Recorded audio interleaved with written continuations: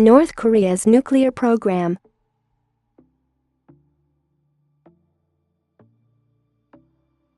North Korea's nuclear program remains a source of deep concern for the international community. Despite multiple efforts to curtail it, Pyongyang says it has conducted 5 nuclear tests. Has North Korea got the bomb? Technically, yes. North Korea has conducted several tests with nuclear bombs. However, in order to launch a nuclear attack on its neighbors, it needs to be able to make a nuclear warhead small enough to fit onto a missile. North Korea claims it has successfully miniaturized nuclear warheads, but this has never been independently verified, and some experts have cast doubt on the claims. How powerful are North Korea's nuclear bombs? North Korea says it has conducted 5 successful nuclear tests in 2006, 2009, 2013 and in January and September 2016. The yield of the bombs appears to have increased. September 2016's test has indicated a device with an explosive yield of between 10 and 30 kilotons, which, if confirmed, would make it the North's strongest nuclear test ever. The other big question is whether the devices being tested are atomic or hydrogen. Hydrogen bombs are more powerful. Hydrogen bombs use fusion, the merging of atoms, to unleash massive amounts of energy, whereas atomic bombs use nuclear fission, or the splitting of atoms. The 2006, 2009 and 2013 tests were all atomic bomb tests. North Korea claimed that its January 2016 test was of a hydrogen bomb. But experts cast doubt on the claim, given the size of the explosion registered. Details of the 5th test have not yet been released. Another question is what the starting material for the nuclear tests is. Analysts believe the first 2 tests used plutonium, but whether the North used plutonium or uranium as the starting material for the 2013 test is unclear. A successful uranium test would mark a significant leap forward in North Korea's nuclear program. The North's plutonium stocks are finite, but if it could enrich uranium, it could build up a nuclear stockpile. Plutonium enrichment also has to happen in large, easy-to-spot facilities, whereas uranium enrichment can more easily be carried out in secrecy. There is no consensus on exactly where North Korea is in terms of miniaturizing a nuclear device so that it can be delivered via a missile.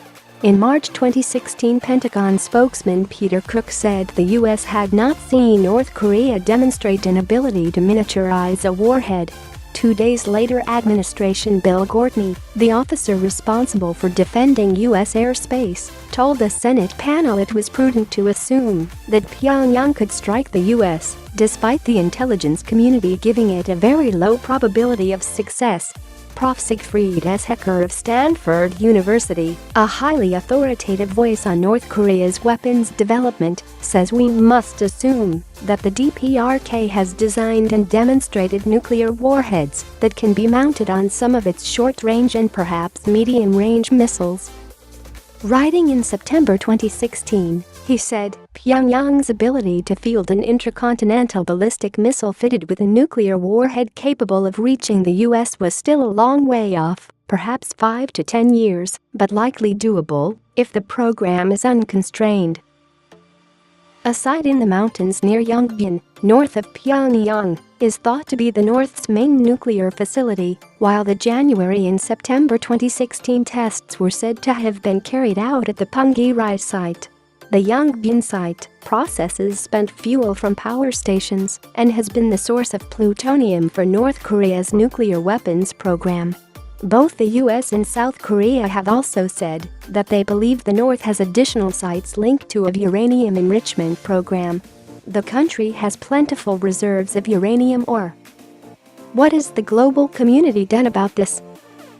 The US, Russia, China, Japan, and South Korea engaged the North in multiple rounds of negotiations known as six-party talks. There were various attempts to agree disarmament deals with North Korea, but none of this has ultimately deterred Pyongyang.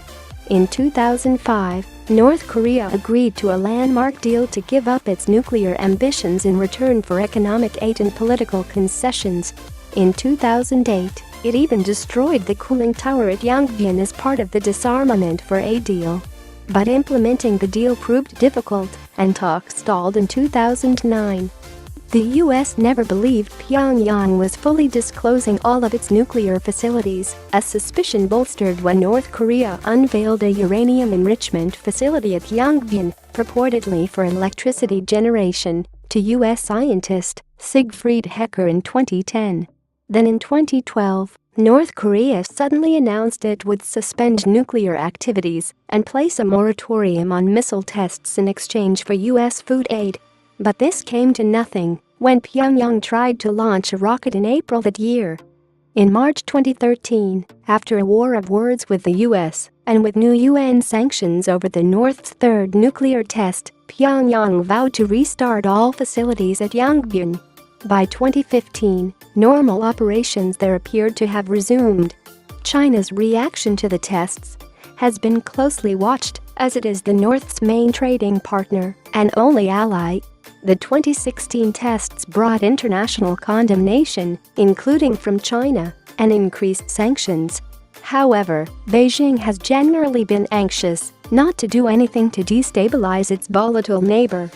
This brings us to the end of this video. Thanks for watching, and please subscribe for more videos like this. Have a good day.